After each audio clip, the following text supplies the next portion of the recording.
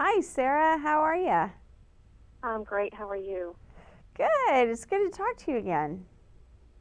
It's good to talk to you as well. First off, I just wanted to thank you for taking the time to talk with us. And our first question for you is, out of all the books and series that you've written so far, what's been your favorite to write? Oh, that's like asking a parent, which one of their kids is their favorite. I mean, I always say that my favorite book is the one I'm working on at the time. Okay. Did you ever imagine that the Crossfire series would take off like it has? No, no, absolutely not. But there's no way to. You have to have realistic expectations for your career. And of course, romance, while it's extremely popular and is actually about 47% of the market, it certainly has a ceiling for how well it does. So, to what you would expect to consider, what you would think of as a successful romance career is at a certain level. When you're talking about the Crossfire series, we're over 12 million copies sold, in 40 countries, number one in 20 countries. I mean, there's only a handful of authors of all time who have books that are that huge. So, when you have grounded expectations for where your career is going to go, you never think that you're going to have anything that does, anything near what Crossfire has done. So Right. it's been a huge surprise. Of course, one of the very best surprises. So it's been a wild ride, but I have appreciated every moment of it. I'm grateful for the readers every day. Do you feel that your own personality bleeds over into the characters that you write, and which ones can you most relate to? Well, to a certain respect, I mean, a writer leaves a piece of themselves in every book that they write. I mean, that's just part of the process of it, and that's what kind of creates that signature feel that you come to expect from a particular author. Is because that's just part of who they are, and that comes across in the story. As far as characters, I mean, all of my heroines have,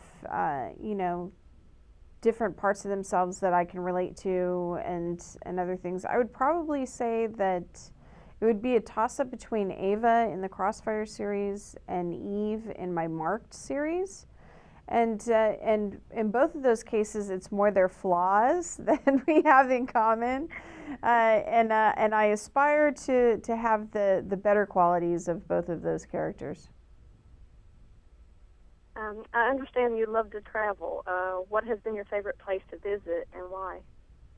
Well, right now, my favorite place to visit is home because I'm never there.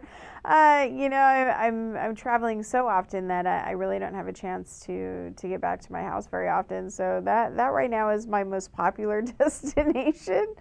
But I've been to so many beautiful places in the world that I have just loved. I was in France earlier this year.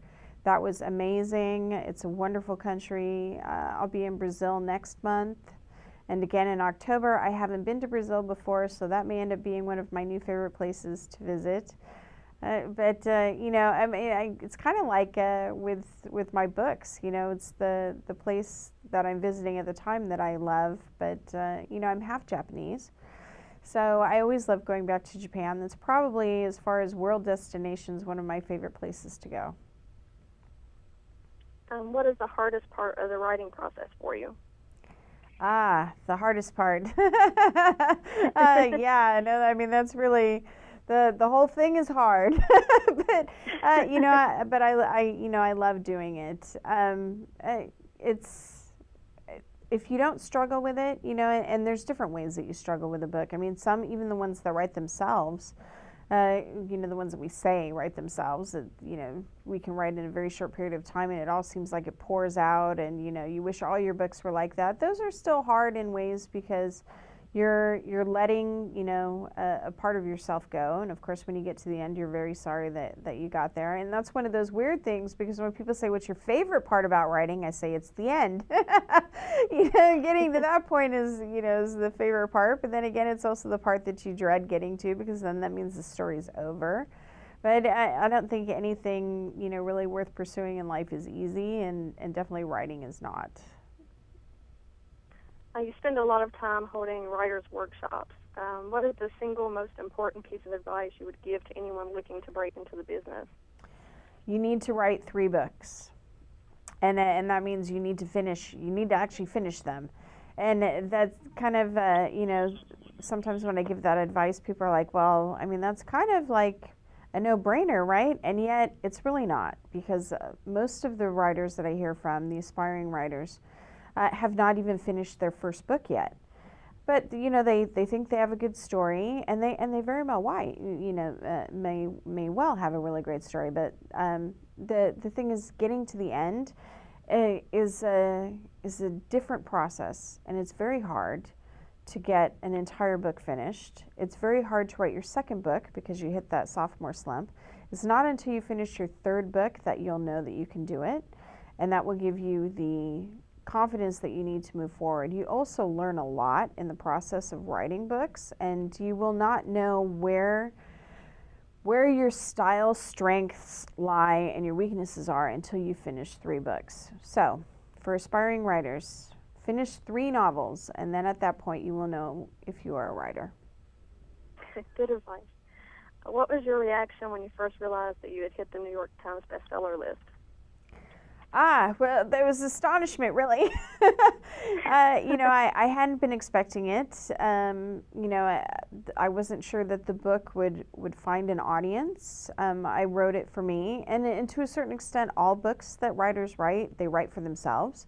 I mean, you're your first audience, and as long as you love it, then you hope that when you put it out there, you will find other readers who have the same taste that you do, and it will reach those readers. But you can't really expect it. And also, most writers will tell you that the books that they think are their absolute favorite books are the ones that readers maybe don't think is their best book. And then books that they were like, I don't know, I would have done something different with it, are the ones that readers love. So, we often joke that, maybe we don't know our readers' tastes as well as we think we do. But I mean, really, you write a book for yourself, and you put it out there with that. But there are certain books that you really don't have any expectation, that it's, maybe not as I'm not sure, I'm missing the word here. I don't want to say commercial, but that widespread appeal, that it may have a different topic or subject matter that you're not sure will connect with as many readers as perhaps something else that you write. So that book, my very first book that hit the New York Times, was one of those ones where I was like, I really did not know that this book would find an audience, let alone an audience of a size to where it would hit a major list like that. Okay. Well, our time is up with you, but I wanted to thank you for taking the time to sit and answer a few questions for us, and I've enjoyed it. Sure. Thank you so much. I enjoyed it too.